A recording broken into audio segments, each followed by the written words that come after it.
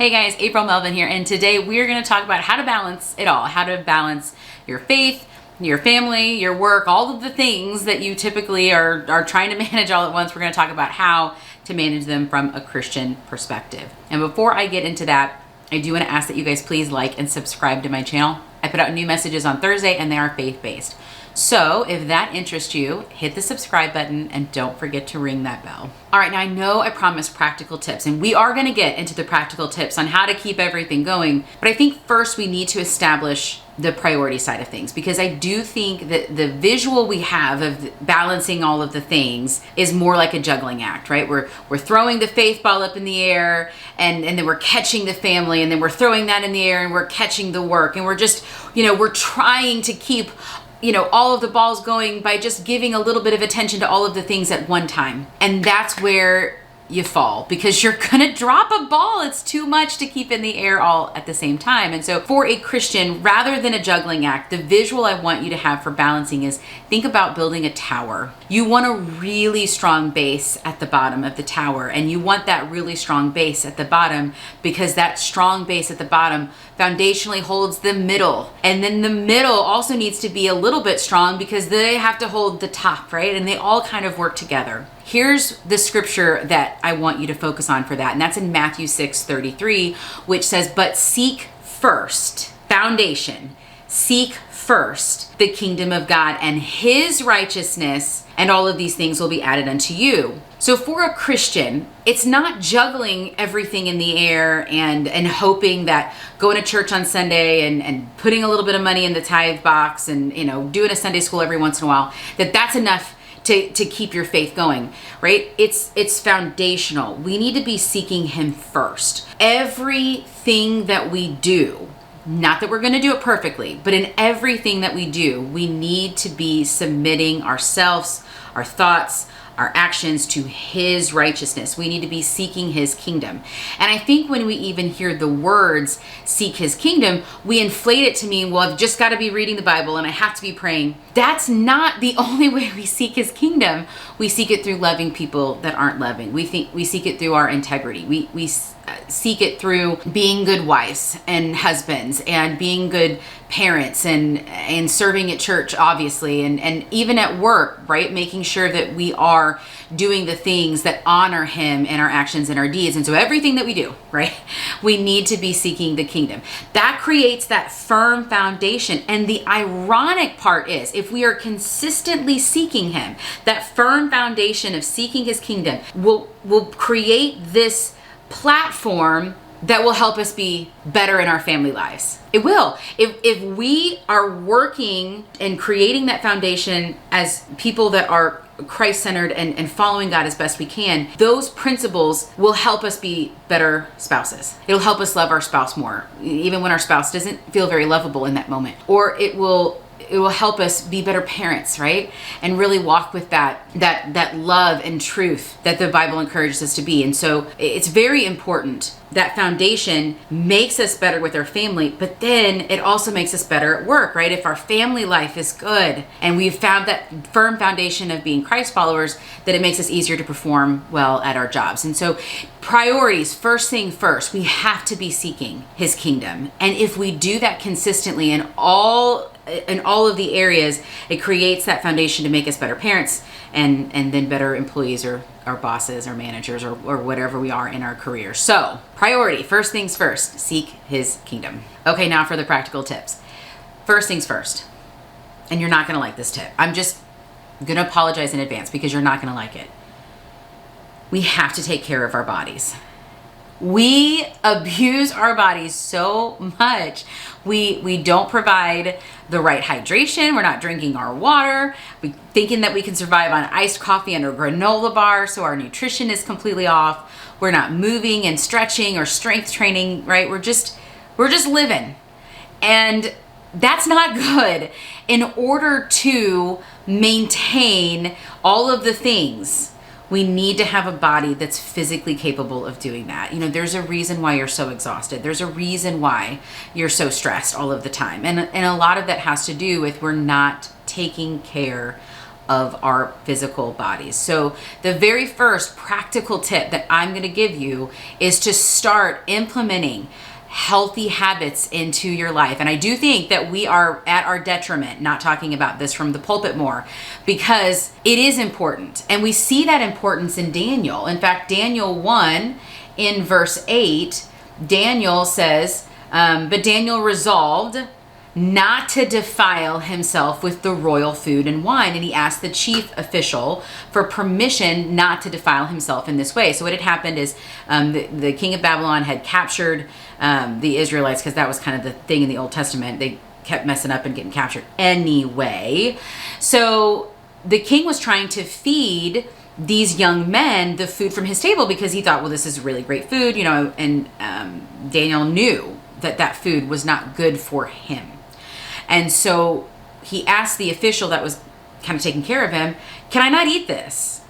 Can I not eat this? And the official was really honest. And he just said, listen, I'm a little afraid of the king. I don't want to go before the king if you haven't eaten well. If you're looking sickly and all the other boys are eating the king's food, I'm going to have a problem. And so David said this, please test your servants for 10 days. Right? Just give us 10 days of eating the way we know that we're supposed to be eating. And if we don't look better than the other boys there, then we'll go to eat your way. But give us 10 days. Of course, 10 days passed. They end up looking better. And it was fine. So there is precedence in the Bible that talks about the importance of the food that we eat and what we drink, that it does matter, because our bodies at the end of the day are like really sophisticated machines. They require certain things in order to perform well. And so if you are not giving your body those things, it's not going to perform well. It will impact every single area of your life. And so while I don't want you to run out and do all of the things at once, just start this week implementing little things. Maybe all you're going to do is you're going to commit to drinking more water. That's great. Do that for 30 days and then add another healthy habit, or maybe get rid of something that isn't healthy. Like if, you like Oreos like I do, maybe you don't buy Oreos for your house. Just slowly but surely start examining your habits in this area, because it is so important for you to be able to balance everything well, that you are also taking care of your body. All right. The second tip is more of an attitude shift. We really need to manage our expectations. We have such pressure on us, especially as women, to have everything perfect all of the time. And that's just not possible. It's just not possible. And trying to do that and keep up with, all of the things, all of the church stuff and the work stuff and the family stuff and the kids stuff and the spouse stuff. I mean, it's overwhelming and exhausting. It's taking emotional toil. It's stealing our joy. It's keeping us from being as effective because we're so worried that we're not good enough in an area. And I speak as an expert in this because this is the area that I think God is working the hardest in my life right now, because I have a problem. I have a hard time believing that I can't have everything all of the time. And the truth is I can't. And it's okay. It's okay that right now in my bedroom, I have 3 baskets of clean but not folded laundry. It is okay that coming this morning, I had 4 things on my work to-do list that I didn't do the day before. It's okay that I forgot to post on social media for church, even though I really wanted to, and I'm still working on this project over here, and I really need to work on it. It's okay. It's okay.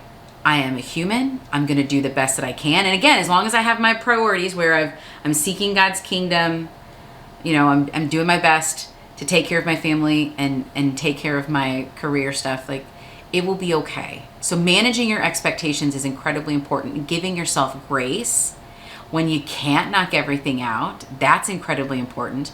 And stop comparing yourself to other people, especially when you go on social media. I again, super guilty of this, where I am comparing my real life with somebody's social media profile. Knock it off. They're having bad days too. And even if they don't, it's none of your business, right? God has a plan for your life. You work the plan He's laid out for you. Stop looking to the left and right to try to figure out other people's, right? Keep focused on what God has placed in front of you. And know that your expectations, if if they're stealing your joy, you need to shift out of them. They're not serving you in this moment. Give yourself grace, stop comparing, and recognize, I love this from Ecclesiastes, right? There's a season for this. So maybe the season that you're in, I was talking to a sweet friend last night about this. She's just finishing up with school. We're so proud of her. And I'm at church, we're doing our midweek service, and she made the comment, and she said, I really feel bad that I'm not there. And I said, stop it. Stop it. This isn't your season for that. And it's okay, right? There's a season for all of these things in your life. And instead of being upset because you cannot do 10,000 things to the glory of God, because we cannot do 10,000 things to the glory of God, right? Just recognize the season that you're in and be grateful for it. So, attitude shift. Manage your expectations, give yourself grace, stop comparing your life with everyone else's, and recognize that there's a season for everything. All right, the final practical tip is habit stacking. Find places throughout your day or throughout your week where you're just doing something kind of mindless anyway that you can add and incorporate in. Maybe it's you want to walk. And what a great time to walk with your spouse. I've had the sweetest moments with my husband while we've been walking around the block at night. So I'm getting my movement in, which I absolutely need because, right, we need a self-care. And then I'm also spending time with my spouse. It's a beautiful habit stacking moment. Or maybe I need to make sure that I'm incorporating prayer more into my life. That's incredibly important for a believer. So while I'm driving to work, or while I'm doing the dishes, or while I'm brushing my teeth, right, those are great opportunities to pray while I'm doing something that my brain is just, doing its own thing anyway. Might as well get it working on prayer. Or maybe it is hanging out with your kiddos at a church event. See, here's the problem. We compartmentalize our lives too much. We think work is work and family is family and church is church.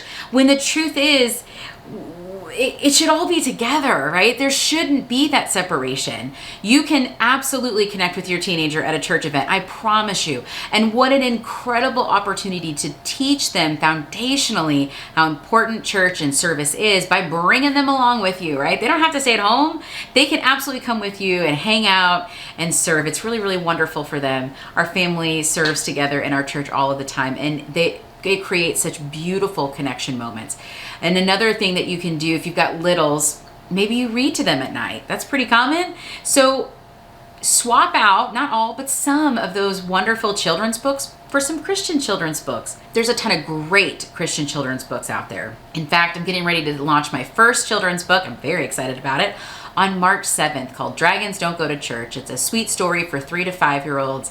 So go find some really cute Christian stories, or go through the Old Testament Bible stories, right? During bedtime, it's a great opportunity to share faith with your kids, connect with them, right? So my final practical tip, and this again is going to take some time. You're going to have to get creative on it, but find areas and ways that you can interconnect all of these different areas. Instead of trying to keep them separate, bring them all together. And I think what you'll find is it, again, just creates this really sweet space to grow in those areas as well. All right, so that's the video on how to balance your faith, your family, and work. I hope the practical tips and some of the attitude shifts help get you guys in the right frame of mind to do that. If you guys have any, tips that are additional, man, throw them in the comment section. I would love to hear about them, and let me know if you have any questions or concerns, as always. And then come back next week. Gosh, I can't believe that it's the last week of January, and we're going to be overcoming fear and doubt. How to trust God in uncertain times. I'll see you guys then.